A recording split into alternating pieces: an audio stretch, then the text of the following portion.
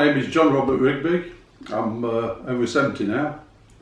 I've never lived in the parish, but I lived at my grandma's from when I was 17. I was born in May 31st, 1951, and on my birth certificate it says Mansfield, because there was no room at the hospital in Nottingham apparently. So my parents, my mum went over to Mansfield and she gave birth there. We lived in the meadows for the first 3 or 4 months of my life, and then we moved to First Avenue in Colton. I think it was number 87 or 89, which is halfway down the hill. I went to Standhill Road Infant School and the Standhill Road Junior School, then went to Cavendish School, and years later I ended up at Chandler Street. Mainly because my parents moved house every verse end. It was like seemed every 6 months when they moved. And when I got to 17, I moved in with my grandma after my granddad died. And my parents moved from Bessica up to Mappy Plains, and then they drifted off to Sherwood and all over Port South. And at my mum's eulogy, I found out that she'd lived in 34 different houses all across Nottinghamshire and Lincolnshire, which was quite a surprise. I've been married twice, once to Mary, who sadly died the other year, and Linda for the last 20 years. God bless her. I left work at 15 and left school on a Friday, started work on a Monday. We didn't have gap years then. I was a diesel mechanic for 5-6 years, passed me exams, and Jeff Crossland, who you all know very well, he was one of my tutors, and I failed my exam right at the end. I got a huge rollicking, and 3 months later I took the exam again. With his encouragement, I passed. I was a diesel mechanic for 5 years. I passed the heavy goods driving tests, class 3, when I was 21, and I was the 33rd person in Nottinghamshire to pass the driving test and the heavy goods test on the same test. After that, I left. After 5-6 years, I left and moved to. I moved to a job to be taught as a rep selling office equipment, which didn't work out. I was there 2 years, but it didn't work out, so I ended up getting a job at Boxter Council. I worked for the council for a few years, and I told this story about we was playing darts in the Gedling Old Boys, where I was secretary for 10 years in those years. That was the late 70s, I think it was. And Bernard Simon said to me, "You don't look very happy, John." I said, "Well, I could do a change of job." So I got a job at Sovex Marshall, which was a world-renowned conveyor firm, and I stopped there for 23 years and made the dizzy heights of transport manager, stores manager, and I enjoyed the job. It was the best job I ever had for 23 years, and it got made redundant. And I carried on working until I was 59 with various transport managers' jobs. So that was the story of my little start to life, really. How long have you been worshipping at All Hallows, John? Since in fact, I found this little certificate the other week. I thought I'd been there since 10 or 11, but it says I joined the choir in 1964, so I would have been 13. So it was about the age of 12. My gran took me, she used to go to Evensong quite regular, and I joined the choir, as it said, in 1964.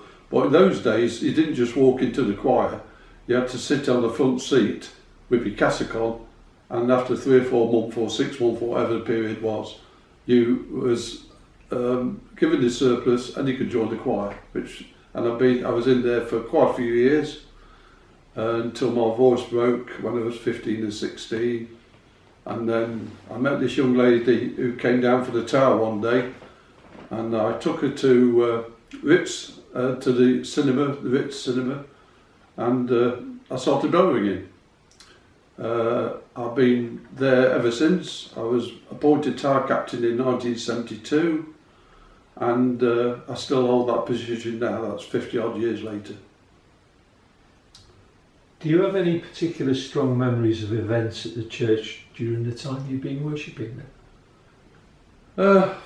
Difficult, because I suppose there's so many, but there's we used to have when the rectors opened their gardens, we used to have fun events in the summer. Congregation was always busy. We was always busy doing coffee mornings. We still do things like this, but yeah, they've been good memories. I enjoy going to church because I call it's my family church. And what is it about All Hallows that inspires you? I think it's not just God who I believe in, but it's the people around you. I class them as my second family, really. We all sit together, we work together, we plan things, and it's great to have a good company of people who you can talk to and confide in.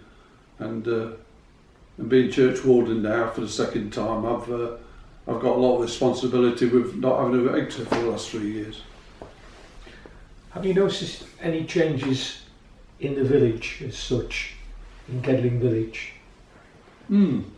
As I don't live in the village, I only travel through it, but I think with the closure of the pit many years ago, and the pit estate being built, and the new bypass eventually being built outside Gedling, the traffic has actually got worse, in my opinion, and the new housing complex come up. So it hasn't changed all that much. The shops changed. There's not many butchers in Gedling now like there used to be. I think there was 3 or 4 years ago, but just one big supermarket. I always remember the co-op at the bottom of West High Lane. It used to be a huge building where you can get anything from a pin up to a 3-piece suite. But these things change because of shopping trends have changed. But we can get good food from the bottom of West High Lane. You can get any type of meal you want now. We just want some Israeli type meal. That'd be a new takeaway place. That'd be good. What are your hopes for the future then for the church? To keep it open, basically.